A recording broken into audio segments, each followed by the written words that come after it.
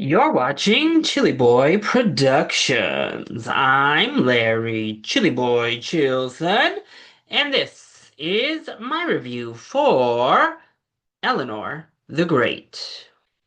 Now, before we get into this review, make sure to go ahead and click that subscribe button down below so that you can chill with me on each and every one of my latest videos.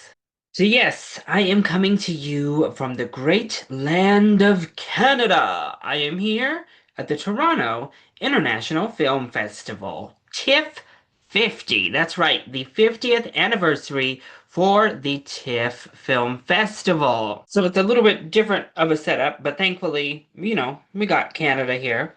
And we got some Totoro, so it can't be all that bad, right? We got a ring light giving off some kind of light as well. But I'm so excited to be providing reviews from my first ever TIFF, a festival I've wanted to attend for many years, but finally got the opportunity here in 2025. And I kicked off my TIFF experience with Eleanor the Great. Eleanor the Great is a 2025 drama that marks the directorial debut of Scarlett Johansson. After losing her friend of 70 years, Eleanor decides to move back to New York City for a fresh start. However, making new friends in your 90s proves to be quite difficult.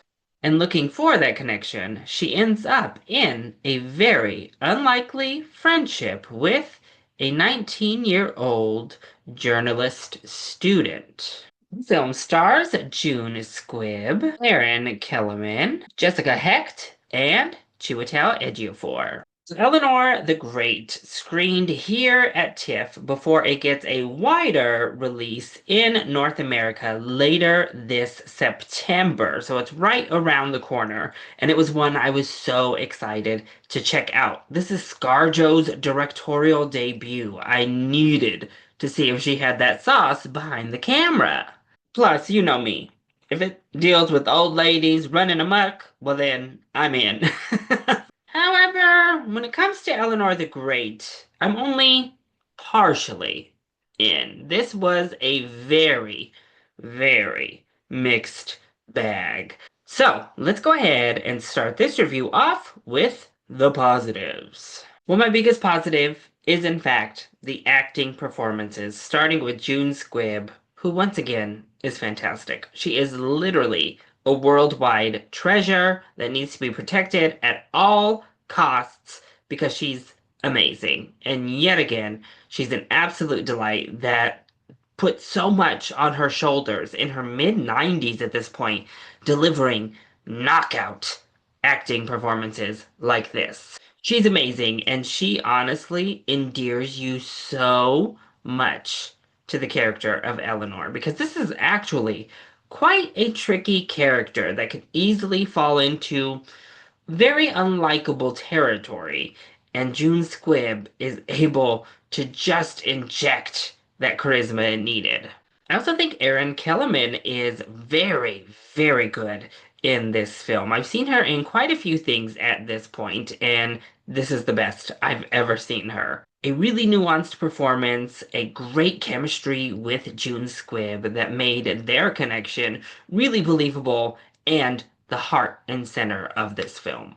I do also think the film has great ideas when it comes to subject matters such as grief and loss, friendships at all ages, and how difficult connecting with other people is, really at any age. I know we talk about, elderly making friends, but it's also put on display through the 19-year-old perspective as well, and just how difficult it is to navigate grief, particularly by yourself. I think it also does a nice job of introducing the ideas about stories and the importance of stories and keeping stories alive, keeping history alive.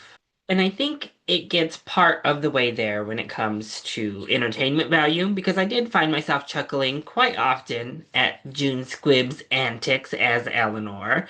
And when it comes to the heartfelt details, particularly near the end, once we get into some more of the meat and potatoes, just the subject matter alone is enough to hit you in the feels.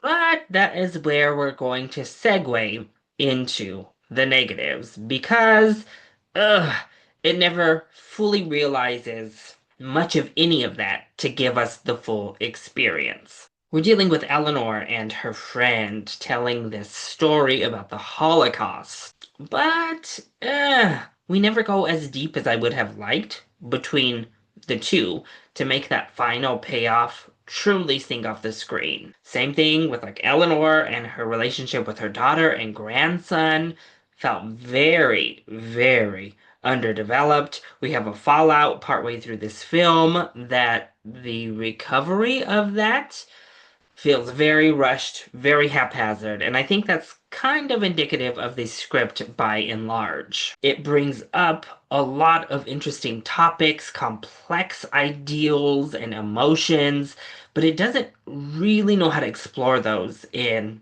a very meaningful way. So we're left with this half-baked potato that doesn't fully satisfy the meal. And when it comes to ScarJo's direction, I think it's okay. It didn't knock me out. I think there's a lot of room for improvement. It wasn't a disaster by any means. It wasn't a bad directorial debut, but it lacked voice. It lacked much of perspective. This felt like it could have been directed by literally anyone. Just copy and paste the director here, and you'd get a pretty similar film. Now, that also comes down to the editing, which I wasn't the biggest fan of, and the cinematography being very flat, very streaming, made for TV. So unfortunately, the technical aspects of the film also didn't knock me out. So when it comes to Eleanor the Great, if you're a Scarlett Johansson fan, if you're a June Squibb fan, I think you should check this out. I think it's a worthwhile watch that gets enough right that you'll have a good time. I also think if you are Jewish, if you are of Jewish heritage, if your family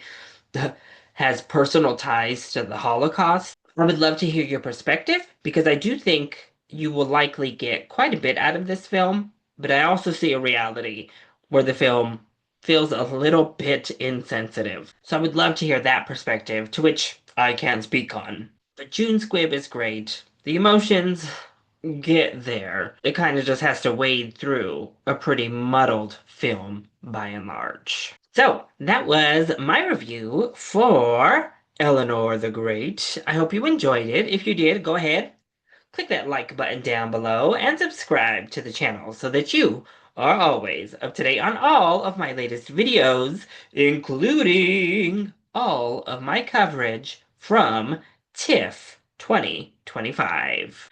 Also, join in on the discussion. Have you seen Eleanor the Great? Are you excited to check this one out? Let me know all of your thoughts either in that comment section down below, or you can hit me up over on Twitter and Blue Sky. I love you all so much for your continued support. Mwah! Thank you for watching, and we'll see you next time. Bye.